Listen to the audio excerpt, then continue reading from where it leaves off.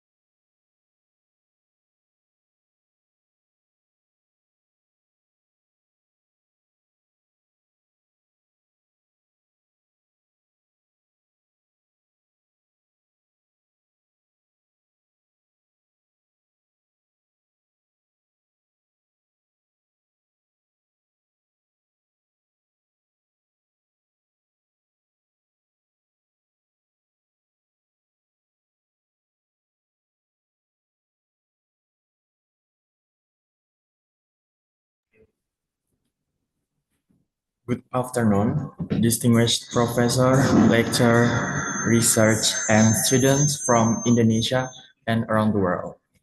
Welcome to the International Summer Course 2026, Laser Spectroscopy and Nanomaterials, organized by the Department Physics, Universitas Diponegoro, in a collaboration with University Technology Malaysia. It is a great pleasure and honor to welcome all of you to this international summer course. We are delighted to have participants joining us from different institutions and backgrounds. This summer course consists of 3 sessions, covering several interesting topics related to laser spectroscopy and nanomaterial. The 3 sessions are the first session is pulse laser ablation in liquid for nanoparticle synthesis on 26 August 2026. The second session is laser spectroscopy and its application on 27 August 2026. And the last session is Advanced Topics in Laser Spectroscopy and Nanomaterial on 28 August 2026. For today's event, we will begin with session 1, focusing on pulse laser ablation in liquid for nanoparticle synthesis. We hope that throughout these sessions, all participants will gain new knowledge and insight, as well as have the opportunity to exchange ideas and experience with fellow participants and experts in the field. Before we officially begin today's session, I would like to share a few brief announcements. The first, for the documentation purpose, we kindly ask all participants to use the official virtual background provided by the committee during this session.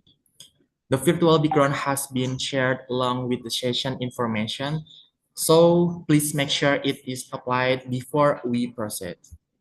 The second is please kindly fill in the attendance form that has been shared in the Zoom chat room. We would appreciate it if all participants could complete the attendance form before the session begins. If you have not filled it in yet, please take a moment to check the Zoom chat and access to the attendance link provided by the committee. We also kindly ask all participants to keep their microphones mute during the sessions. Unless invited to speak, please feel free to use the chat box if you have any question or technical concern. Thank you very much for your cooperation. Ladies and gentlemen, before we proceed, allow me to briefly introduce today's agenda. The first, we will have welcome remarks from the Department of Physics, Diponegoro University. Following the welcome remarks, we will continue with the main session, which will be delivered by our distinguished speaker, Professor Dr. Ali Kumain. Today's topic is pulse laser ablation in liquid for nanoparticle synthesis. After the presentation, we will have a question and answer session where participants will have the opportunity to ask a question and discuss the topic with our speaker. Following the Q&A session, we will have a certificate presentation for our speaker, followed by a group photo session with all participants. Finally, we will conclude today's session with the closing remarks. To officially open today's session, it is my great pleasure to invite Dr. Rina Dwi Indriana, SSE MSc, for representing the Department of Physics from Diponegoro University to deliver her welcome remarks. Dr. Rina, we kindly invite you to deliver your remarks. Thank you very much. Good afternoon, everyone. Distinguished representative of the University Diponegoro and University Technology Malaysia, respected lecturer, invite speaker, and also all the participants and honorable guests. It is a great pleasure to welcome you to the International Summer Course 2026 on the laser spectroscopy and nanomaterials, joint organized by University Diponegoro and University Technology Malaysia. We would also like to express our sincere appreciation to the world-class university program of Universitas Diponegoro for its valuable support in facilitating this international academic activity. The support reflects Undip's strong commitment of the strength global academic collaboration, promoting internationalization and also advanced research excellence. From the 26th to 28th August, the program will be begin with series of online course. The first session will be discussed about pulse laser ablation in liquid for nanoparticle synthesis will be delivered by Associate Professor Dr. Ali Kumaini, SMA. This will be followed by a session of laser-induced breakdown spectroscopy and spectral analysis by Associate Professor Raja Kamarul Zaman bin Raja Ibrahim. and the session on nanomaterial characterization technique by Dr. Muhammad Firdaus bin Omar. And then on 2nd of September, the program will be continued in Semarang with general lecturer on the fundamental of plasma laser spectroscopy by Associate Professor Dr. Raja Kamarul Zaman bin Raja Ibrahim. And on the 3rd of September, Dr. Muhammad Firdaus bin Omar will be deliver general lecture on the XRD characteristic of structural analysis. The program will be reached on important practical stage on the 4th of September through laboratory observation, research discussion, and also experiment demonstration. We are deeply honored to welcome our distinguished speaker, Associate Professor Dr. Ali Kumaini, Associate Professor Dr. Raja Kamarul Zaman bin Raja Ibrahim, and Dr. Muhammad Firdaus bin Umar. We sincerely appreciate their willingness to share their knowledge, experience, and also expertise with us. The summer course is more than a series of lectures. This is a platform for intellectual exchange, scientific discussions, and academic networking. Through this program, we hope that all participants will gain a new insight, develop meaningful of collaboration, and also identify opportunity for the future research in laser science and nanotechnology. I encourage all participants to engage actively, share idea openly, and make the most of this valuable learning experience. May this program strengthen academic partnership between Diponegoro University and University Technology Malaya, while contributing the advancement of science, technology, and innovation. I would also like to express my sincere gratitude to the organizing committee, the speaker, the participant, the world-class university program of Undip, and also everyone who has contributed to success this event. With great enthusiasm, I officially open this International Summer Course 2026 on laser spectroscopy and nanomaterial. Thank you, and I wish everyone productive, inspiring, and also enjoyable summer course. Thank you. All right. Thank you, Dr. Rina, for the warm welcome and the warm remarks. Ladies and gentlemen, before we start the session, let's take a documentation photo first. So please turn on your camera and apply your virtual background.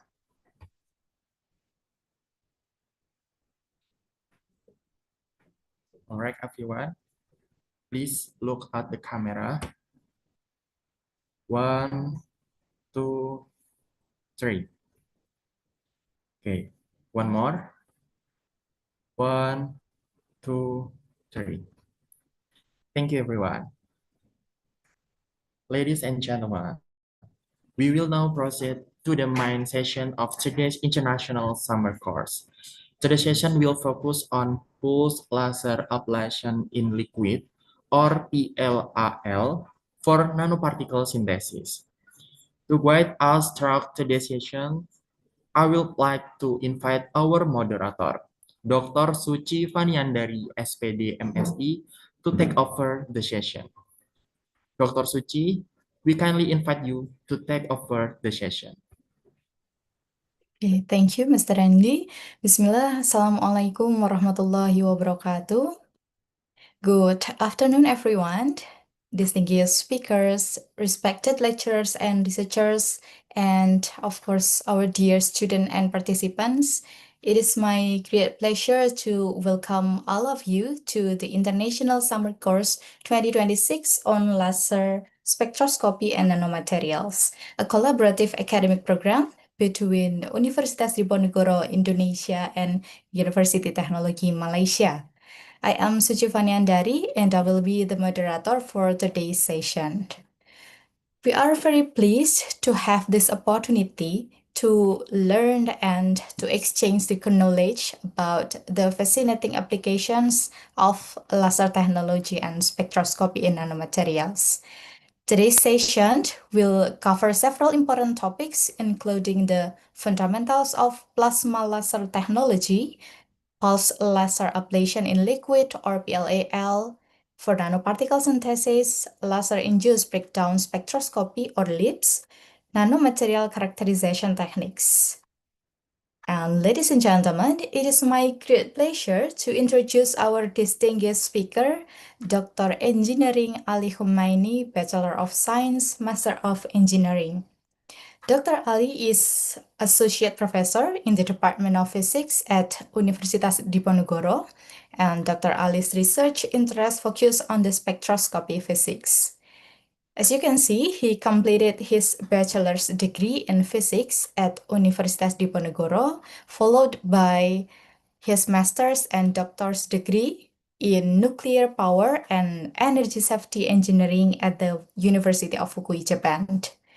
He has also been actively involved in teaching and academic leadership.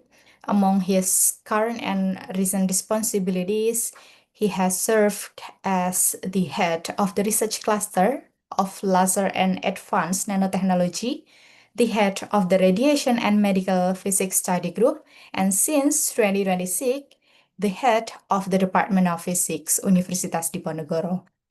His academic achievements are equally impressive. He has received several recognition, including appointment as a specially appointed associate professor at the University of Fukui, as well as serving as the guest lecturer at University Malaya, an invited speaker at ICOWOBES, and a keynote speaker at the International Laser Technology and Optics Symposium in Malaysia. In terms of research output, Dr. Ali has a Scopus H index of 18 from 141 articles, holds 13 granted patents, has authored 5 books, and has developed several research products, including nanogold, nanosilver, and serum-based products. So, ladies and gentlemen, please join me in warmly welcoming Dr. Engineering Ali Humaini. Dr. Ali, the floor is yours to present the materials. Okay, thank you so much, Dr. Suci, for your kindness. Okay, good afternoon, ladies and gentlemen, everyone, and Excellency, Dr. Rina, as a representative of the Department of Physics, University of Ponorogo, and also Dr. Raja Kamaruzaman, my colleagues, including Dr. Muhammad Firdaus from University Technology Malaysia. Okay, in this nice moment, in the first talk, I would like to talk about our recent results in our research entitled Pulse Laser Ablation in Liquid or PLAL for Nanoparticle Synthesis.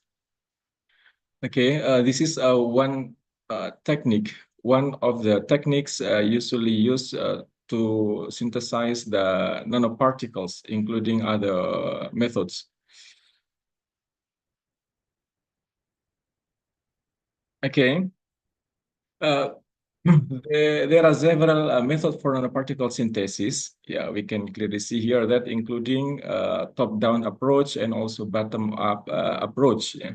In case of bottom-up approach, we know that various techniques, mostly chemical methods, yeah, such as chemical vapor deposition, sol gel processes, and spray pyrolysis, and others. Yeah.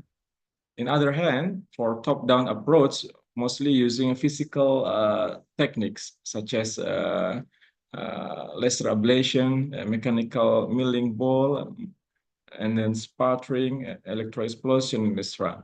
However, I would like to stress here that one of the techniques usually used to synthesize nanoparticles is pulse laser ablation in a liquid medium. And there are several key strong points of pulse laser ablation or PLAL compared to other technique. So if we use chemical technique, usually we cannot produce nanomaterials with high purity because the materials contain acid and others chemical agents. However, if we use pulse laser ablations, we can produce nanomaterials with very high purity, namely no chemical reduction agents, for example, we use, no surfactants or toxic precursor required. Therefore, we can minimize unwanted contaminations. The other thing, the technique, okay, just a moment. Later, I will inform you. Next slide. Yeah? We're still in the method for nanoparticle synthesis slide. The other one, pulse laser ablations has a simple one-step synthesis compared to others. Namely, we can produce nanoparticles within a second, very fast. And also, we don't need to have a ligand, or we can produce a ligand-free nanoparticles surfaces. And of course, due to the high purity nanoparticles, we can apply the produced nanoparticles in various kind of field. Yeah, we needed high purity nanoparticles, such as in the medical applications or others. Next slide.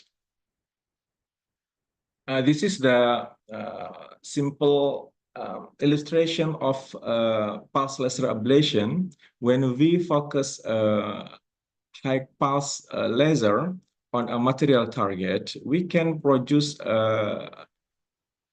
unique plasma. This is the fourth state of physics after solid, liquid, and gas, and then the plasma. Yeah? We can only produce a plasma when we use a high power laser, because in order to produce plasma on a material target, we need at least a power density on a material target, at least 1 gigawatt per centimeter square. And we should use a pulse laser, not continuous laser, And during the plasma formations, we can produce various kind of constituent, including atoms, ions, molecules, cluster, and extra. Yeah? Next slide in the generation of laser. Okay, previous slide, please. This is the generation of laser plasma when we use general pulse and diac laser. Neodymium, yttrium, aluminum, garnet laser usually used to produce plasma. Yeah. And others, we use a pulse CO2 laser also to produce a plasma. This is the mechanism of laser production, means plasma generation by using high pulse laser, especially an NDIAC laser. Namely, when we focus pulse NDIAC laser on a material surface, the atoms are ablated from the materials. The atom ablated to produce a primary plasma. We can see in the top of the slide using NDIAC laser. And then if after primary plasma is produced, yeah, the shockwave plasma is subsequently produced to induce a big plasma with a diameter of around 1 millimeter in case of high pressure, atmospheric pressure. And if we reduce the pressure, we can produce a very large volume plasma to around 10 millimeter. This is the plasma production by using the high power laser. Next. And by using the next slide, by using the pulse laser ablation, next slide, please. By using the pulse laser ablations, we can direct our research at least into 3 topics, including laser spectroscopy, especially laser-induced breakdown spectroscopy. And then we can also use to produce nanoparticles. Yeah. So the pulse laser ablations can be applied for nanoparticle synthesis, and the others, we can produce a thin film on material targets by using pulse laser depositions. In this next moment, I would like to talk about the application of pulse laser ablation in liquid for nanoparticle synthesis. Next. Okay, this is the okay, just a moment. This is the experimental setup used in pulse laser ablation technique. Yeah. Just a moment. Yeah. Because I think I need to, because you cannot clearly see.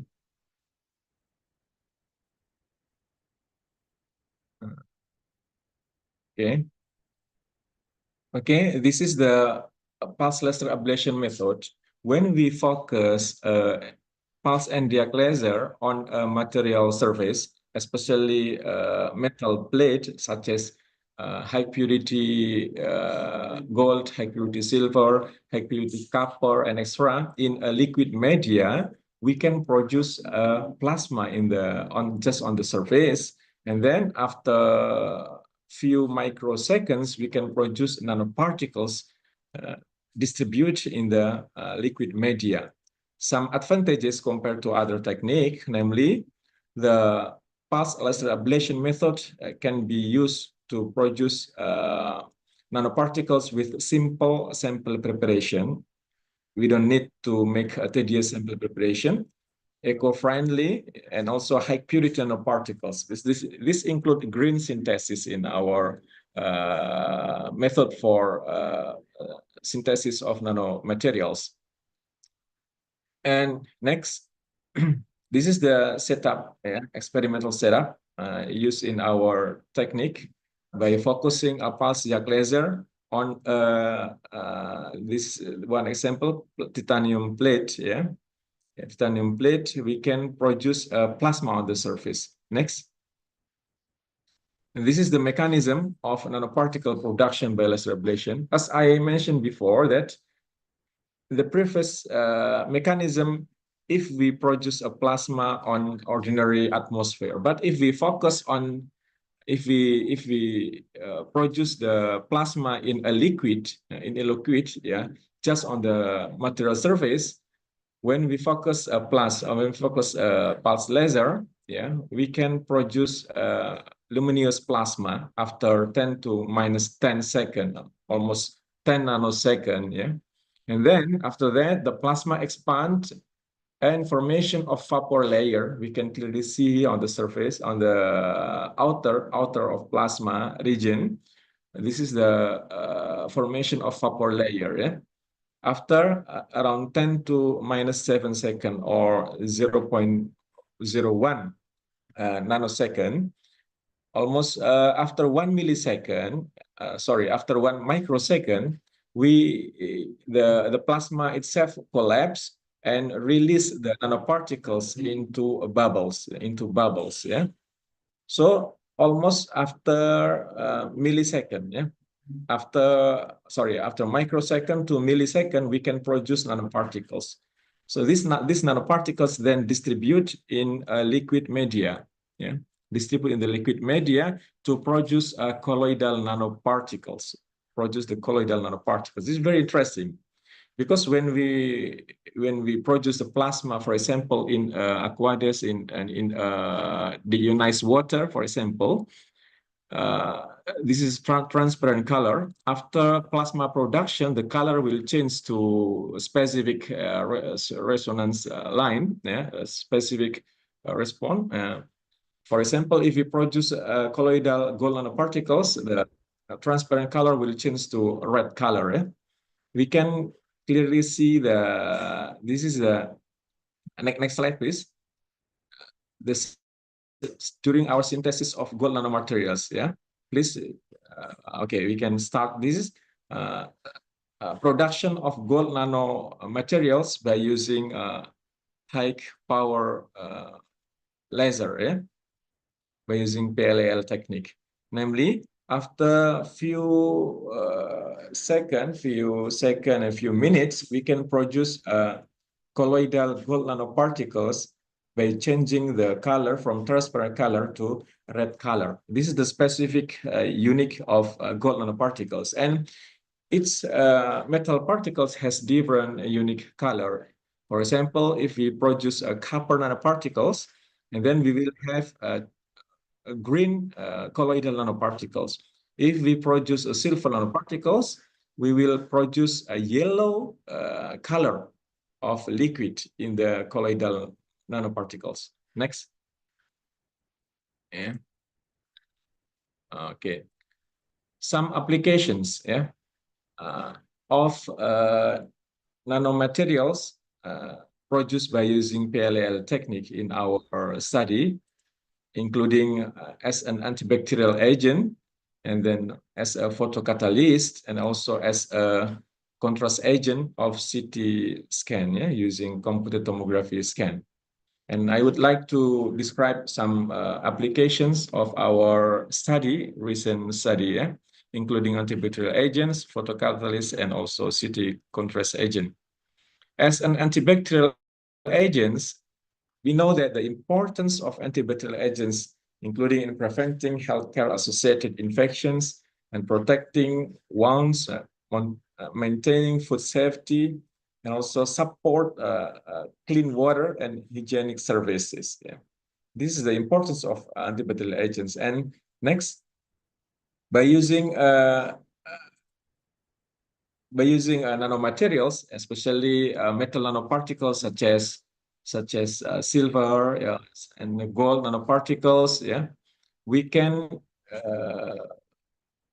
diminish the bacteria by mechanism as shown in the slide, namely some nanoparticles will attach on a membrane, and then the nanoparticles will accumulate and also enter into the bacteria to produce a ROS, and this ROS will damage the DNA and protein and others in the bacteria, and therefore the bacteria will create a lysis, bacterial, fungal, and extra. This is cell death due to the nanoparticles or metal nanoparticles.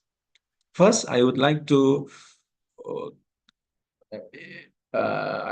talk about the silver nanoparticles, especially for antibacterial agents. Next. Okay, this is the photograph of colloidal silver nanoparticles when we produce by using PLL technique, pulseless ablation technique. Namely, even though nanoparticles produced by using silver with various kind of surfactants, yeah. Actually, what is the function of surfactants here? So the surfactants especially to produce the stable colloidal nanoparticles, yeah. By producing the silver nanoparticles in various kind of surfactants, including polyethylene glycol and then PVP, yeah, pyrrolidone, chitosan, and extra. We can clearly see here that chitosan is very effective to produce a stable nanoparticles. Next. Yeah.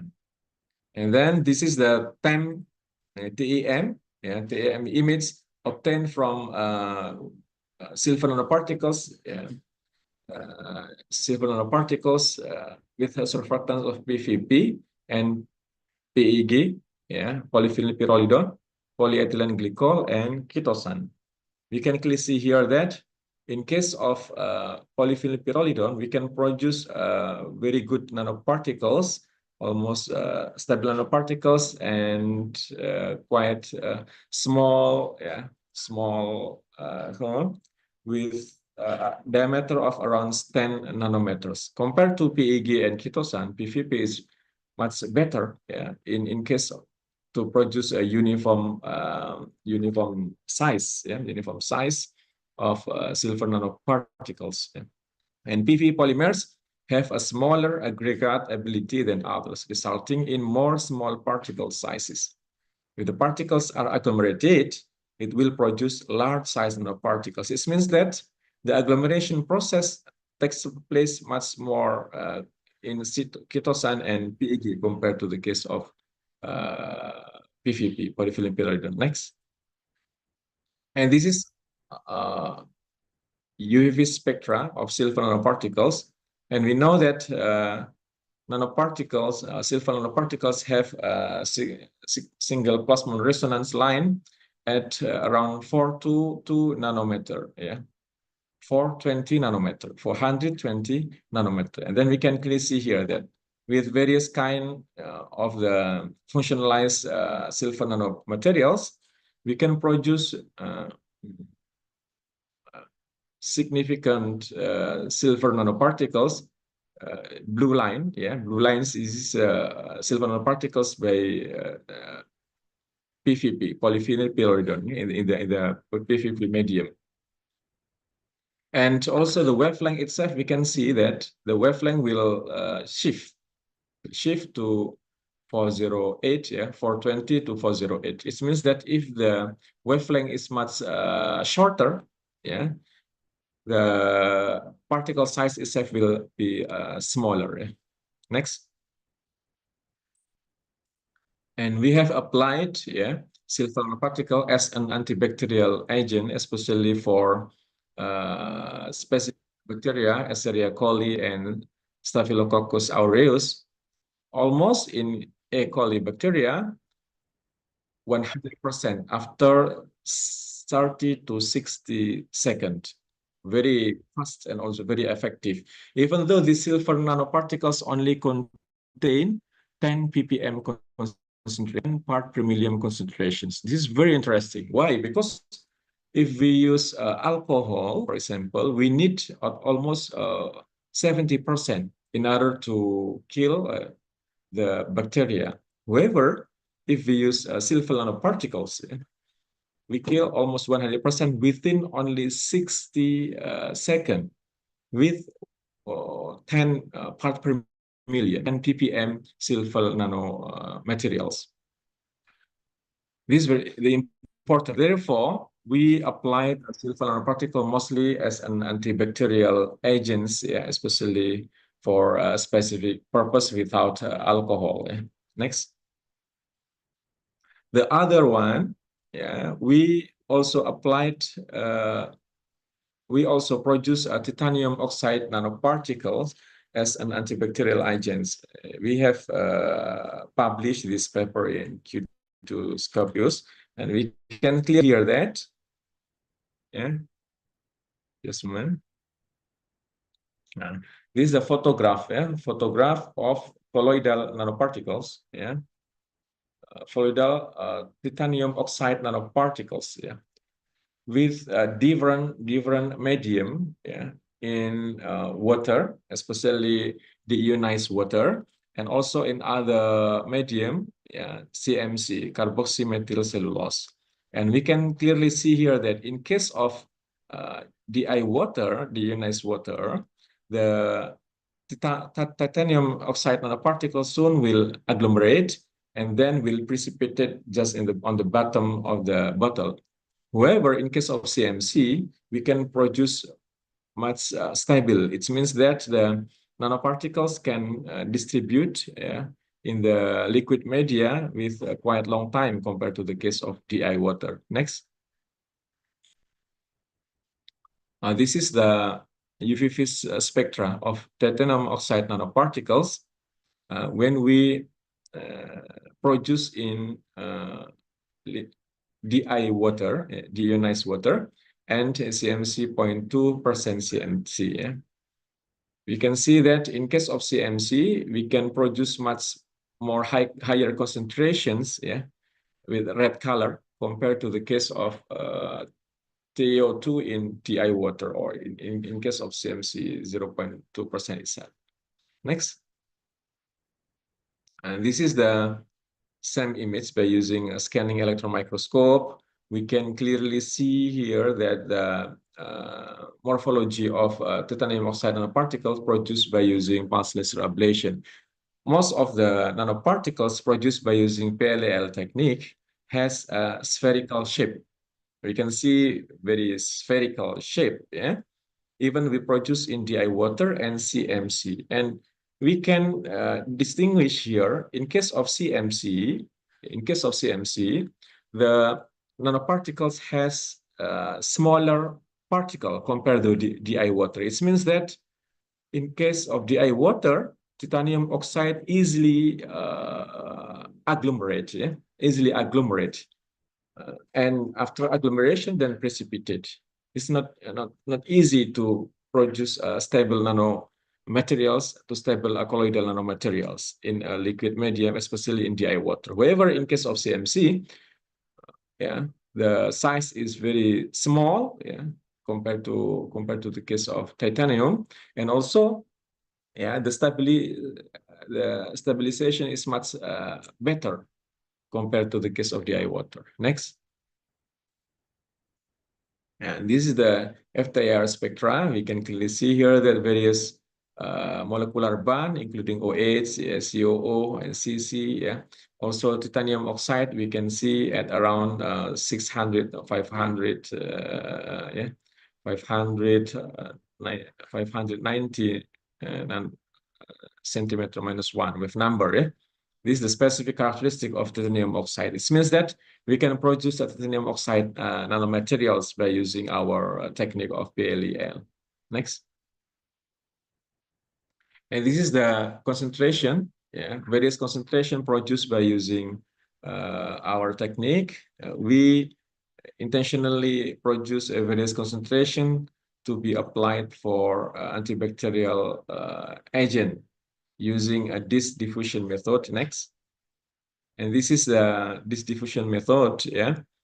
We can clearly see here that CDA with with titanium oxide only in the chitosan, in the CMC, we can produce various concentration, including 32 ppm, 36 ppm, and 67 ppm. And by increasing the concentrations, the inhibition zone also increase. The diameter of the zone also increases. It means that titanium oxide really work as an antibacterial agent. Next, we also try to apply it using liquid dilution method, by various concentrations. Even though using 30 part per million ppm, we can kill a bacteria up to 99.72%. This means that even the 30 ppm is quite effective to kill the bacteria. And this is very interesting.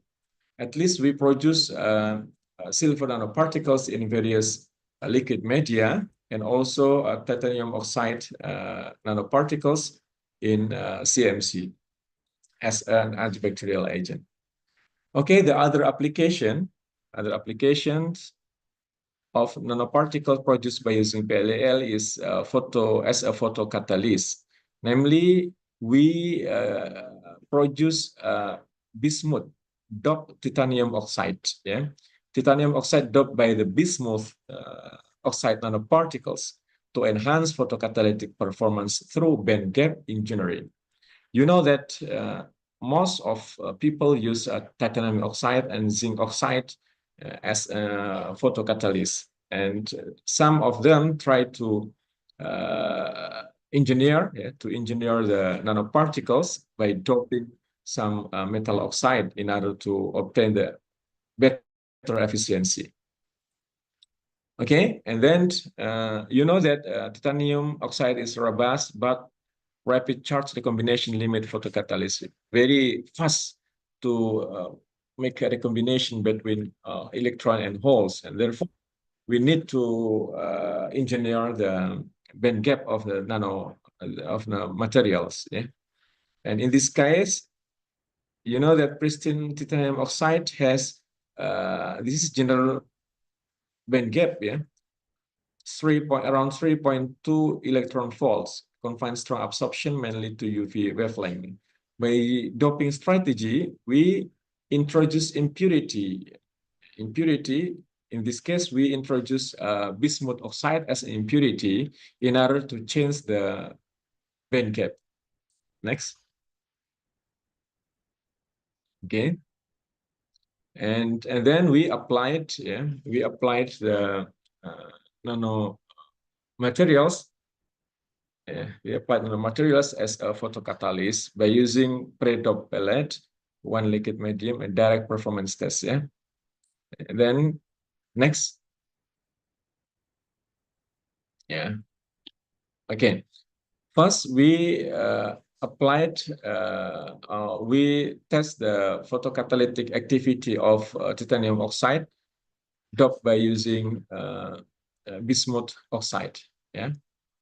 And then we prepare using a methylene blue concentration with 5 milligram per liter, and the nanoparticles loading means the nanoparticle produced around 30 ppm, yeah, 30 milligram per liter, that is 30 ppm. And then UV excitation wavelength around 253.7, and irradiation period almost 5 hours. Next. And this is our production of colloidal bismuth doped titanium oxide nanoparticles. You can clearly see here the mass sample is pure. The mass left, yeah, we can see from the left to the right, yeah. Left side is titanium oxide nanoparticles produced in distilled water. The following samples are produced in various concentration, yeah, B, C, D, A, B, C, D, yeah. I will show you maybe a various concentration of bismuth, yeah, various concentration of bismuth. Okay, and some concentration including 0.2 millimolar, yeah, and then C 0.6 millimolar, and D, yeah, 1 millimolar from left side to right side. And then next, and this is the TEM image of bismuth doped titanium oxide nanoparticles. Yeah, by using a transmission electron microscope, we can clearly see the morphology of the produced nanoparticle of the TiO2 doped by the bismuth. Namely, we can produce nanoparticles with average diameter of almost 22 nanometer. Yeah? And we can clearly see here that both sample, yeah, both sample remain mainly a spherical shape. Yeah, the bismuth doped sample shows visible fewer aggregation. Yeah, yeah. Even though we produce in bismuth nitrate media, still, yeah, aggregation clearly occur. Yeah, it means that we should suppress the aggregations in order to obtain the stable nanoparticles.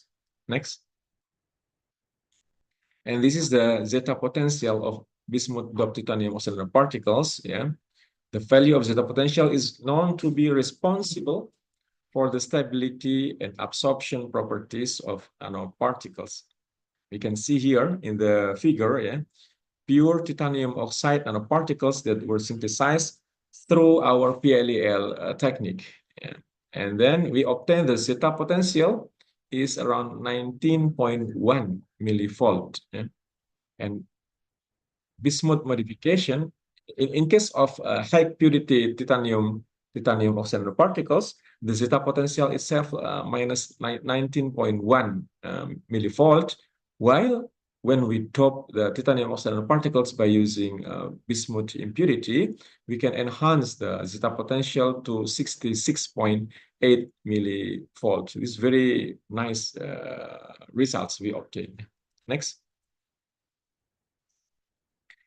And this is the bismuth induced lattice strain while preserving the anesthesia titanium oxide phase. We can see, yeah, we're using XRD and SAT, yeah, all sample, yeah, in the SRD spectrum exhibit almost similar diffraction peaks at 21.85, 37.80, 48, 48.11, and 54.02, indicating that overall crystal structure remain largely unchanged after synthesis in bismuth containing media. It means that even though we applied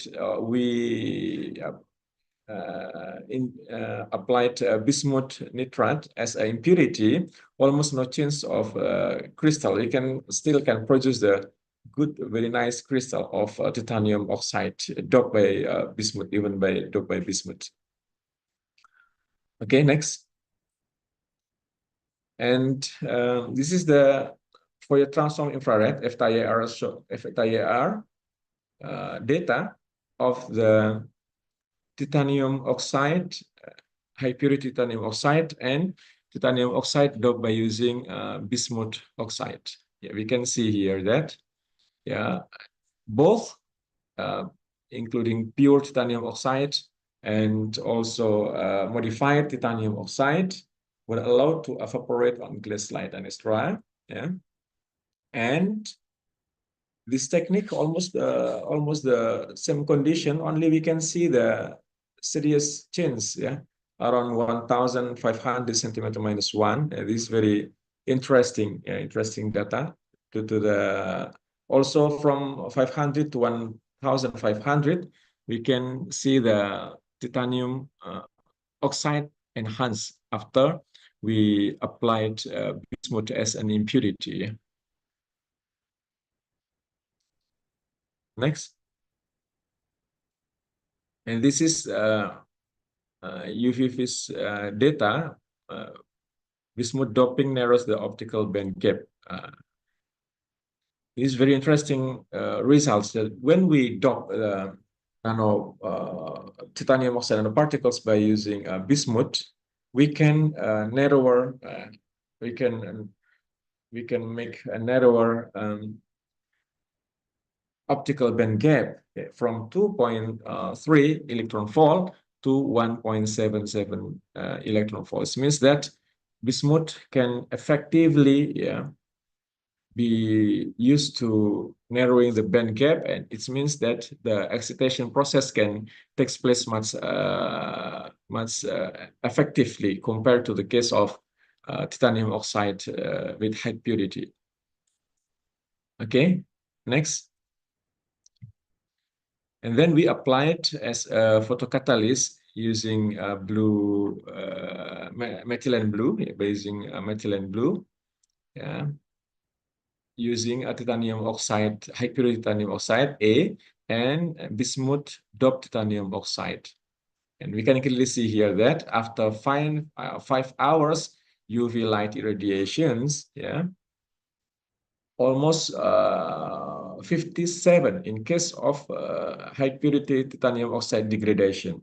However, in case of the titanium oxide doped by the bismuth, we can suppress the degradation up to 82.92% due to the narrower band gap from 3.2 3.2 electron volt to 1.77 electron volt. And the process of degradation through photocatalytic process involve 4 steps, including photon absorption, and then charge carrier, and then reactive species production, and finally the degradation of the pollutant. And this is the degradation of methylene blue by using ROS produced by titanium oxide doped with bismuth oxide. Okay, this is the final one of nanoparticles as a photocatalyst. The other application, this is our recent results. We can apply nanomaterials and nanoparticles, as a contrast agent of a CT scan.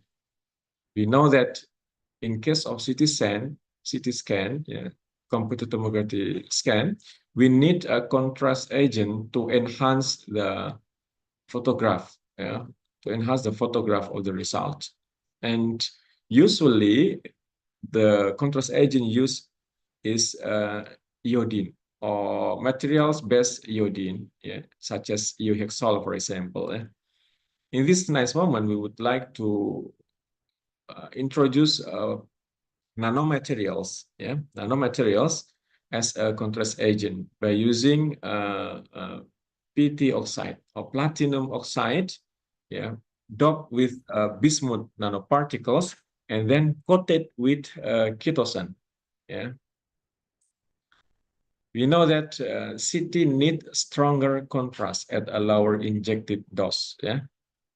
And you know that in case of iodinate agents, yeah, the energy almost, especially in iodine agents, energy almost 33.2 kilo electron volt. And then if we use high Z alternatives such as platinum, bismuth, or gold, yeah, we can increase the KH energies, yeah, to support stronger X-ray absorption, yeah, in CT energy range.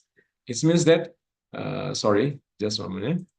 It means that by using high Z metal nanoparticles, yeah, we can increase the absorption of X-ray, yeah, in the materials, yeah, and then we can obtain much efficient and much effective intensities of the photograph. Yeah.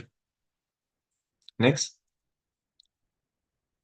our innovations by combining clean synthesis or green synthesis. Yeah. Next slide. Okay. Innovation by combining a clean synthesis or green synthesis, namely using pulse laser ablation in liquid, and also with high Z doping, yeah. High Z doping, Z to number, atomic number, yeah, because bismuth has a high atomic number compared to other metals, yeah.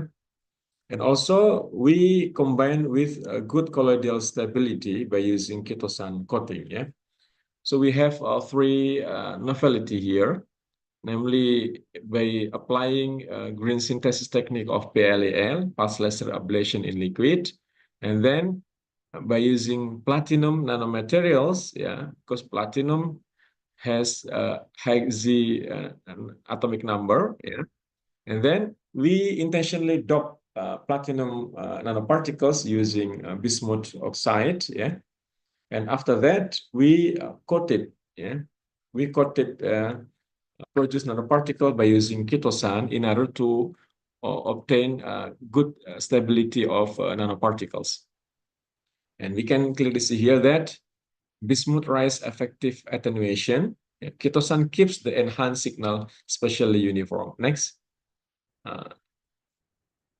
Okay.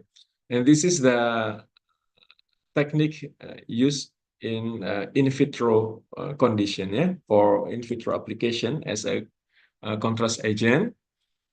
Namely,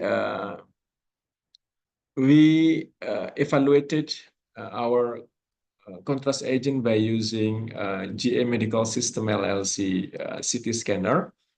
And then the CT scan itself were performed in helical mode with a tube current 200 milliampere second and slight thickness of 1.25 millimeter. Yeah? And we varies the voltages from 80, 100, 120, and 135. The others, okay. We intentionally here use this is the in vitro application, yeah, in vitro application by placing the nanomaterials, yeah, in a bottle, yeah, and also we compare the technique with ordinary iohexol, namely material based of base iodine. Iodine. Next. Okay, and this is our results when we focus pulse laser on platinum plate, yeah, platinum metal plate with liquid media of bismuth nitrate. Yeah? So we use bismuth nitrate as a liquid medium, and then we place platinum in the bismuth nitrate liquid medium. And finally, we focus pulse laser on platinum nanoparticles to produce PT, platinum doped by bismuth. Yeah.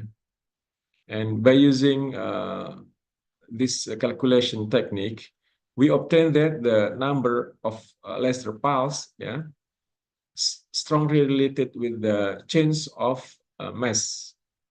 Namely, after bombardment, yeah, after bombarding the platinum plate with 500,000, yeah, 500,000 laser pulse, we can produce the nanomaterial of platinum doped by using bismuth oxide of around I can see here 0.011 gram or 11 milligram. So when we focus pulse laser with duration of number of pulse around 500,000 pulse, yeah, we can produce almost 11 milligram of the nanoparticles in a liquid media. Next. And this is the PTO2 nanostructures, yeah, PTO2 nanostructures doped by the bismuth by using high resolution time. We can clearly see here that this passing, yeah, this passing, this one, yeah, corresponding to the 111 planes in the pure PTO oxide nanoparticles range from 2.25 to 2.40 angstrom. Yeah. Also, 110 planes were also present in the pure sample with this spacing of around 3.23 angstrom. The incorporation of bismuth as evidence in the PT oxide bismuth, yeah, sample did not induce significant alteration to the crystalline state. I can see here that in case of PT oxide doped by the bismuth, almost no alteration of the crystal. Yeah, almost no alteration of the crystal. However, the power of the absorption process can enhance significantly when we dope the bismuth in the PT oxide. Next. And this is the ADX mapping, yeah, energy dispersive X-ray mapping, confirm that bismuth oxide as a distributed dopant rather than a bulk phase. Yeah. This means that we can see here that bismuth can really dope in the PT oxide with uniform distribution. Yeah. Next. And this is spectroscopy links, yeah, BE incorporation to electronic chains and verified situation coating. Yeah, by using our technique, yeah, and using UV-Vis and FTIR, we can clearly see here that the UV-Vis absorption profiles of the pure platinum, yeah, this pure platinum PT only, and then PTBI, yeah, PTBI with various concentration, different concentration. As I mentioned before, that 1 millimolar, 0.2 millimolar, and 0.6 millimolar. Yeah, we can obtain the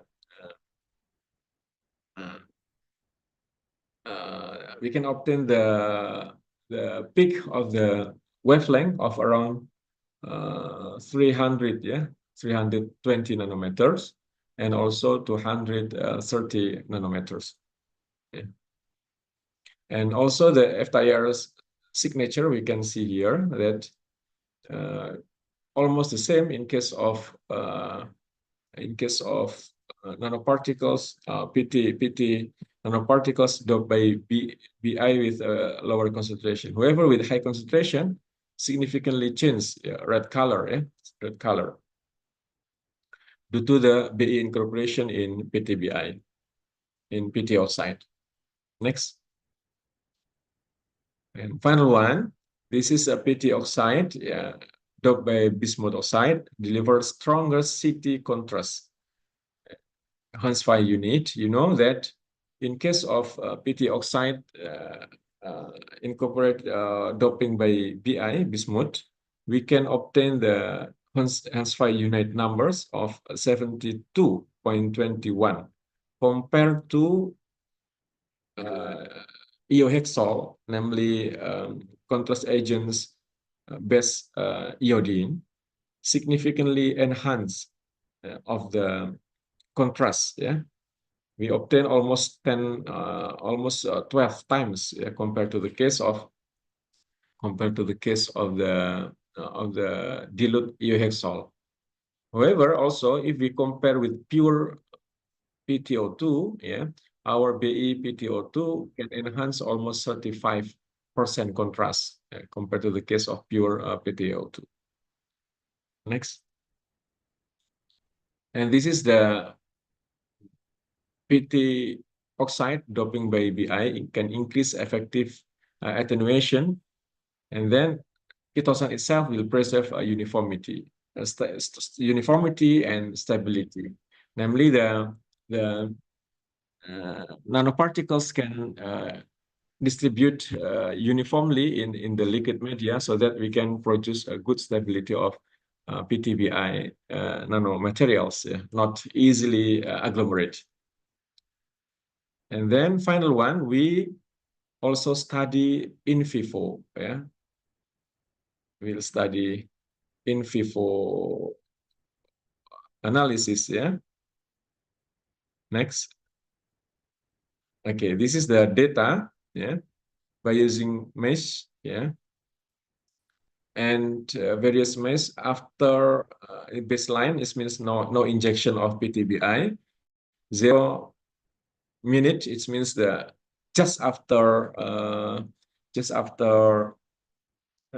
injection, and then 15 minutes after injection and 45 minutes after injection of PTBI. We can clearly see here that the contrast enhancements really clearly occurs in case of PTBI. In case of PTBI, compared to iodine. Iodine is left side, and then right side is PTBI. We know that PT oxide doped by bismuth and iodine result in the most pronounced contrast enhancements across the abdominal region, particularly within the intestinal vasculate, even at the earliest time point, 0 minute. Even just after injection, we can clearly see here that right side, the most right side is the PTBI data, PTBI injection in mice, and left side is PTBI PT only, and also iohexol. Next, this is the clear data, clear data by comparing PT oxide nanomaterials, and then ketosan only, and PEG iodine, iodine. We can get the best data, best data in PT oxide bismuth iodine, PT oxide bismuth iodine.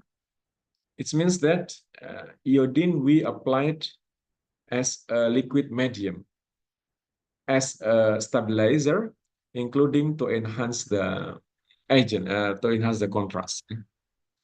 And then the results, we obtain that the most enhancement of the contrast happen in case of PT oxide doped by bismuth and iodine. Next. And this is the intestinal attenuation.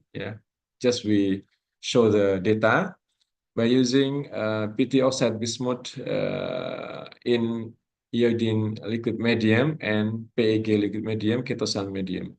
The best data we obtain in PT oxide bismuth iodine with after 45-minute injection. And final one, iodine coating produces the largest enhancement in both target regions. You can see here that in brain, also intestine at 45 minutes, especially PT oxide bismuth in iodine medium can produce highest contrast compared to others. And final one, I would like to summarize that we have successfully produced various kinds of nanomaterials by using pulse laser ablation in liquid, especially for various applications, including antibacterial agents, and then as a photocatalyst, and others we applied as a contrast agent in CT scan. Yeah, and this is very interesting data. We have applied in vivo application in mice, and then the results is really positive results we obtain. Okay, I would like to thank you very much for this kind of opportunity. We can discuss regarding the synthesis of nanomaterials by using pulse laser ablation in liquid medium. Thank you very much for your kind attention. Okay, thank you very much, Dr. Ali, for very interesting explanation about the pulse laser and the application into the nanomaterials. Now we come to the question and answer session. I would like to invite all the students and also the participants. If you want to have any question to Dr. Ali, please you can raise your hand or you can write the question in the chat column.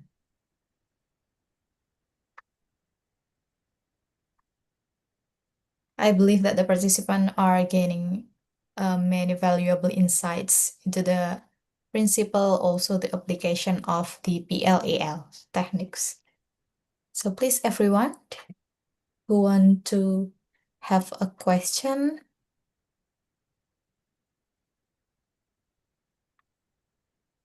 please you can ask directly to Dr. Ali or you can write the question in the chat column.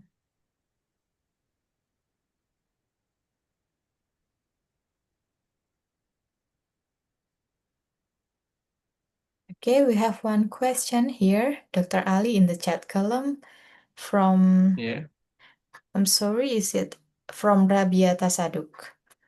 About, he want to ask about the agglomeration issue of nanoparticle, how we can control this with PLAL. Please, Dr. Ali, to answer the question. Okay, Rabia Tasaduk, thank you very much. Very interesting questions. You know that the most problem in case of PLAL, pulse laser ablation in liquid, is nanomaterial can easily agglomerate once the nanomaterials release from the metals or from the material plate. Therefore, we usually control the agglomeration by adding, for example, surfactant. Surfactants is not acid surfactant, by using organic surfactant such as polyphenol pyrrolidone or polyethyl glycol or chitosan, as a coating, as a coating of the material. So by coating the materials, the nanoparticle itself will not agglomerate each other. Will not agglomerate each other. We can keep the nanoparticles in a liquid so that the agglomerations can be suppressed. So by using the surfactants, such as especially organic surfactants, such as polyphenol pyrrolidone in our results, and also PVP is much better compared to the case of chitosan and also PEG, in order to obtain a good stability of nanoparticles. The other one, we can control the laser energy itself. Why? Because if we use the higher laser energy, the ablation itself, will take so much materials. It means that the size of the material itself will vary with the higher laser energy.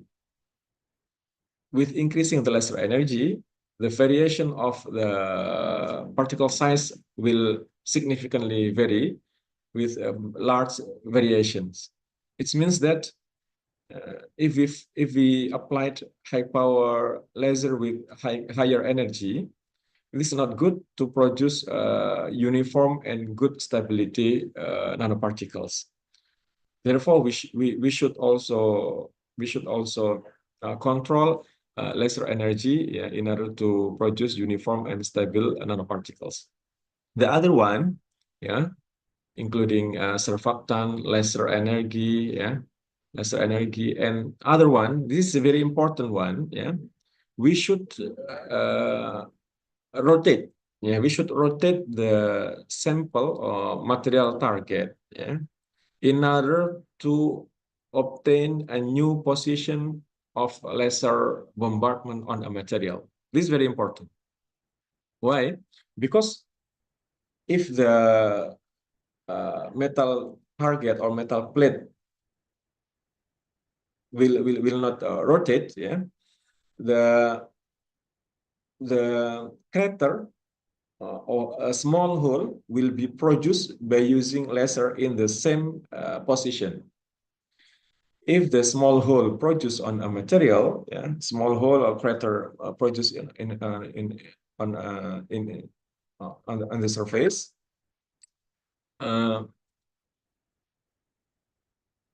uniform particles cannot be produced, because the plasma will the plasma shape will vary.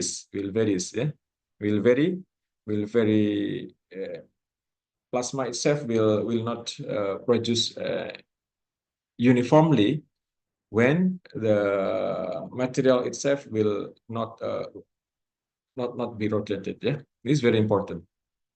I think such three variable is very important. Surfactant, laser energy, and also rotation of the material target. I think enough. Okay, thank you very much for the explanation, Dr. Ali. Please to Rabiata Saduk, if you still have any feedback regarding this topic, you can write down the question in the chat column. While we move to the second question, Dr. Ali, it is from Ala Abdullah. I want to ask more about the medical application. What's the difference between using PLAL and the current technology, especially in the radiation therapy for cancer? Yeah, it's very interesting also. You know that we cannot compare PLAL with current technology for radiation therapy. However, I could mention here that PLAL technique or pulse laser ablation in liquid technique is used to synthesize or to produce nanomaterial. To produce the nanomaterial, and then this nanomaterial will be used as a contrast agent or as a radiosensitizer in radiation therapy. Therefore, we applied nanomaterial in a radiation therapy, as a radiosensitizer. Therefore, the PLAL itself cannot be compared with the technology of radiation therapy. However, we can compare the nanomaterial, as a agent in radiation as a radiosensitizer with other material in radiosensitizer. We compare the PLAL technique with other chemical technique or physical technique for nanomaterial production.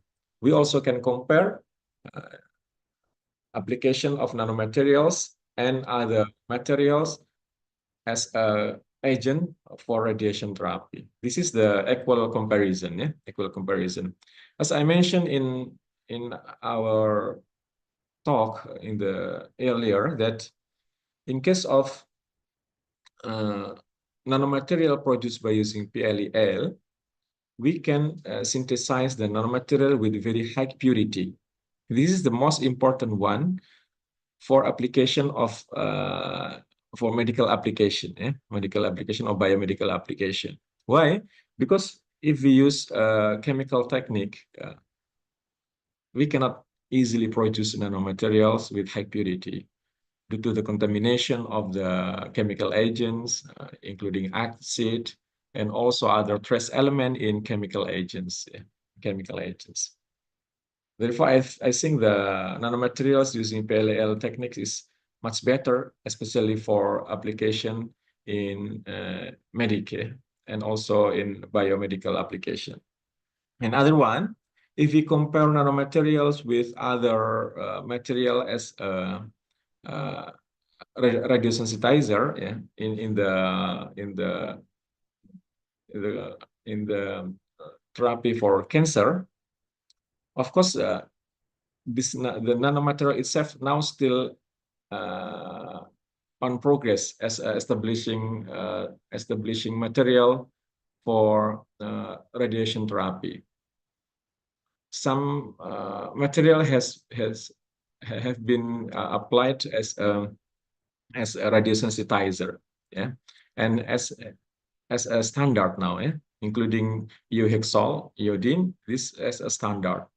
However, in case of nanomaterials, still on progressing, and I think in the next future, yeah, nanomaterials will become important materials, because by using nanomaterials, we don't need to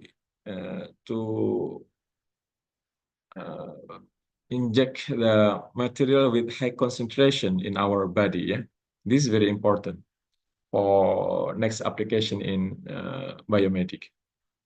I think that all. Yeah. Thank you Yeah. very much, Dr. Ali. It's very potential materials, actually. We move to the next question from our student, or maybe to Ala Abdullah. If you still have any feedback, you can write down your question in the chat column. The next question is from our student, Dr. Ali. When using the PLEL method, does the plasma break the atomic bonds? From Adi Kusuma. Yeah, it's very interesting, Adi. You know that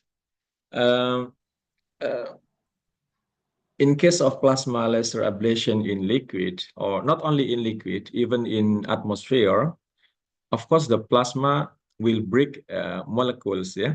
Will break molecules. For example, H2O become H and O, hydrogen and oxygen. Therefore, we can identify the hydrogen lines or oxygen line, yeah, as an atom, yeah, as an element, and then will break to atom, yeah, will break to atom, yeah, due to the high temperature of plasma in the plasma region, yeah. So we can break the molecules to the bond, yeah, to the bond such as OH, yeah. Also, we can break the bond like CH bond, OH bond to atom, become C and C, carbon and carbon. OH bond become oxygen and hydrogen, yeah, oxygen and hydrogen, and then atom itself will be ionized. Due to the high temperature in the plasma region. So we can ionize the atom in the plasma easily. Therefore, we call the plasma. Plasma itself is actually ionization process takes place in the neutral atom. If only neutral atom, this is the gas. But once the ionization happen, we call the plasma. Yeah, we call the plasma. This is I think, does the plasma break the atomic bonds? Of course, atomic bonds such as OH, CH, yeah, CC, yeah, can easily break to O and H, C and C. And atom itself will ionize because high temperature of in the plasma region. I think also all that was, yeah. Yes, okay, very clear, Dr. Ali. So the answer is yes. It is the continuation question from Rabia Tasaduk, Dr. Ali. It's quite reasonable info, but can you tell me how you came to know that our sample is less agglomerated as compared to the previous literature once accept the morphologically characterization? Is there any method that quantitatively tell this, or how we can evidence this thing about our nanoparticle? This is very interesting, yeah. Some questions. One, of course, when we applied, when we use a surfactant, we can reduce the agglomeration.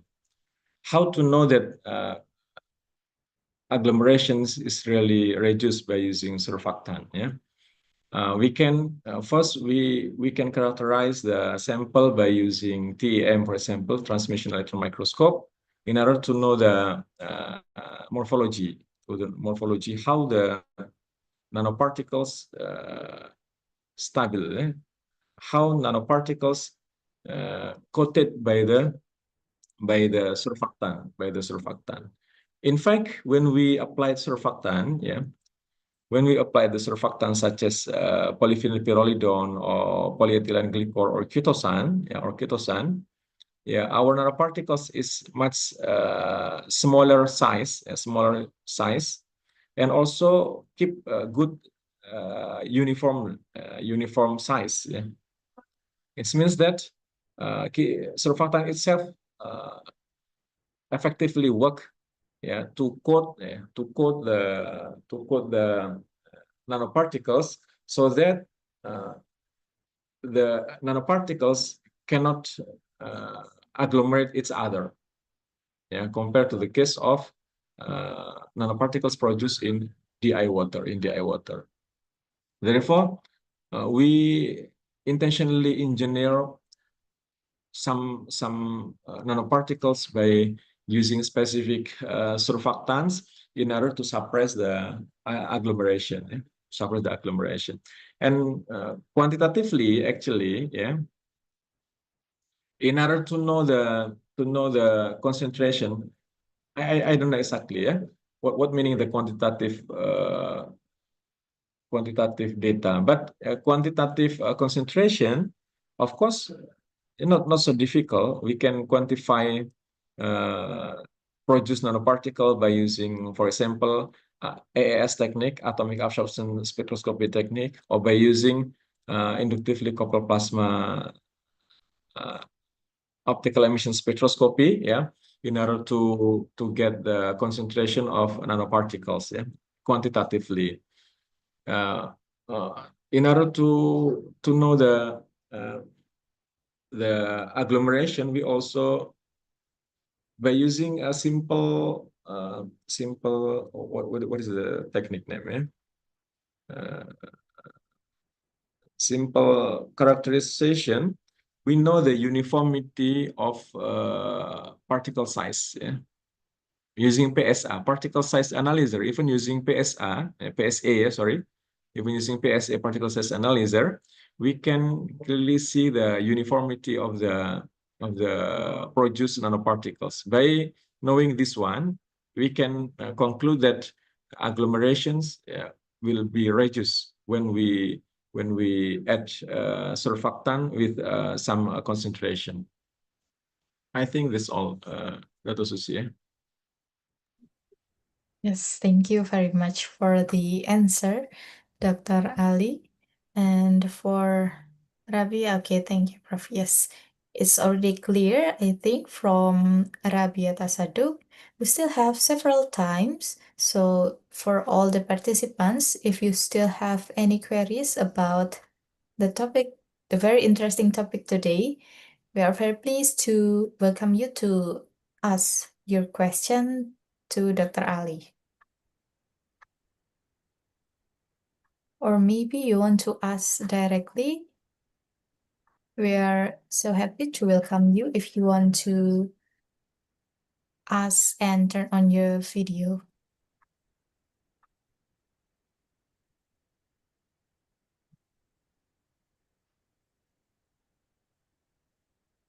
Okay. Dr. Ali, I think the question and answer session is already enough because no one write in the chat column. So maybe we would like to close this session. And on behalf of the organizers of the International Summer Course 2026, I would like to express our sincere gratitude to Dr. Engineering Associate Professor Dr. Engineering Ali Kumaini for sharing his knowledge, expertise, also the valuable insight with us today. And I would like also to thank all the participants for the enthusiasm and also the active participation in the question and answer session. Once again, thank you very much, Dr. Ali, and to everyone. Enjoy the rest of the International Summer Course 2026, and we look forward to seeing you in the upcoming session. Wassalamualaikum warahmatullahi wabarakatuh. I will send back to the MC today. Thank you very much, Thank you, Dr. Dr. Ali. Suci.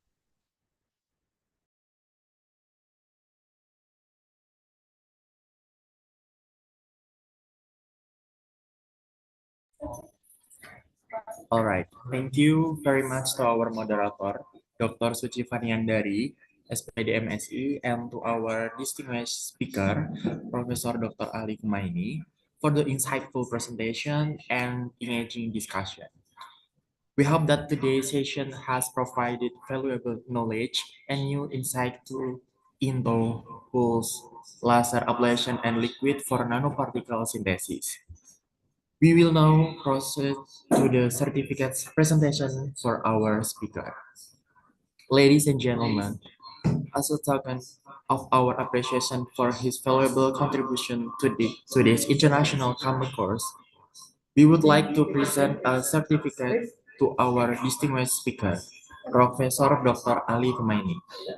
We would like to invite organizing committee to present the certificate to our speaker. Thank you. May we kindly ask our speaker and the certificate presenter to remain on screen for a moment for documentation. 1, 2, 3. All right. Thank you. Ladies and gentlemen, we have now come to the end of today's session of the International Summer Course 2026. Session 1, Laser Spectroscopy and Nanomaterials. On behalf of the organizing committee, we would like to express our sincere gratitude to Professor Dr. Ali Kumaini for sharing his valuable knowledge and expertise with us today. We would also like to thank Dr. Rina Dwi Indriana, SSI MSI, our moderator Dr. Suci Faniandari, SPD MSI, and all participants for joining and actively participating in today's session. We hope you have gained valuable insight from today's discussion, and we look forward to welcoming you again in the upcoming session of the International Summer Course 2026. Thank you very much for your time and participation, and see you in the next session. Thank you.